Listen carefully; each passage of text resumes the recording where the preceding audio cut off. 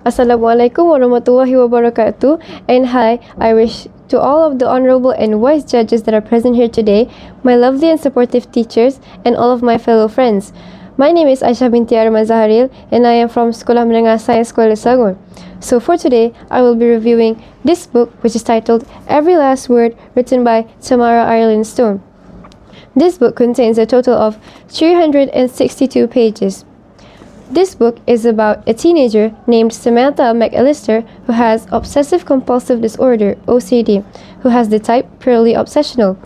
Purely obsessional, or pure OCD, is a term that is considered as a bit of a misnomer by professionals. It is because compulsions are still a part of the disorder, they're just simply easier to hide.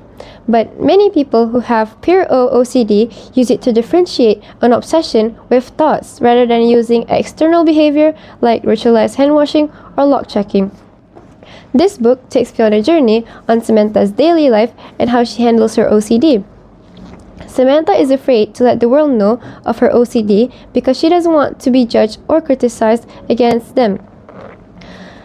So, the book starts off with a scene where Samantha and her friends are in her room preparing roses and notes for their Valentine's Day fundraiser, when suddenly one of her friends said something mean to her, which triggered her invasive thoughts, where she wanted to kill one of her friends using a pair of scissors, thus resulting to Samantha going down to the kitchen to find her mom so she could calm her down. My thoughts on the opening scene were, I was shocked by how she reacted because normally people would simply get mad or want to get back to the person who said mean things to them. But from here, I realized that she's aware of her condition and she knows how to get it under control.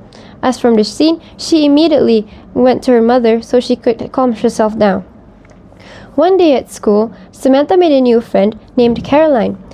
Caroline introduced her to Poet's Corner, which is a hidden room under the theater located in their school. This place is where students who have problems, like Caroline who has anxiety, gather during Mondays and Thursdays during their lunchtime. For the first time, Samantha felt like she belonged in Poet's Corner. She felt that way because she could put her thoughts into words and express it during their gathering sessions without letting anybody know about her condition.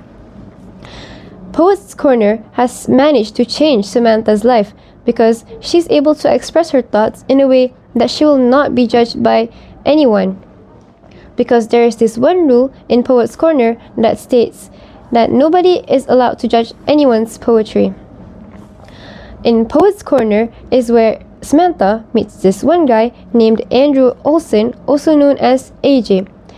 AJ recites his poem while playing the guitar, and that is when Samantha fell in love with his guitar skills. After that, they got into a relationship where AJ still doesn't know of Samantha's condition. Samantha is always on edge because she doesn't want AJ to know about her disorder, because she thinks that AJ wouldn't like her anymore. But like the saying goes, the truth will always prevail, and eventually AJ found out about Samantha's condition. Nevertheless, AJ still likes her. And in fact, AJ even brings her to her therapy sessions on Wednesdays and helps her out with her OCD. The moment Samantha knew that AJ was able to accept her just the way she is, her OCD miraculously started to get better. In my opinion, this book is very well written, and it's wonderful to see how the book portrays the condition realistically. This can be explained by the author's note, where she mentioned that she has indeed done her research while writing this book. Furthermore, she has also consulted closely with 4 healthcare professionals to make sure that this work of fiction can be written accurately. I find this book very new and refreshing to me because I have never read a book about mental health disorders or illnesses before. I also find this book amazing because it just shows how people who have disorders like these can still go on with their lives normally. In the future, I would love to take the opportunity to read more books like this, which highlights the life of people who struggle with mental health disorders or illnesses, because not only can I add more to my knowledge, but I can also change my perspective when viewing challenges in daily life and the people around me who struggle with these disorders. And it helps me understand them more deeply. I personally think that this book has a strong magnetic feel that just keeps pulling me in because I just can't seem to put it down. I keep turning page after page without even realizing how much time has passed. This just shows how this book is very intriguing and thought-provoking. I would highly recommend this book to everyone that is watching right now because it is just very good. Even if it's not your cup of tea, it never hurts to try something new, right? I think that is all from me. I hope you enjoyed this book as much as I did. Thank you for watching. Bye bye.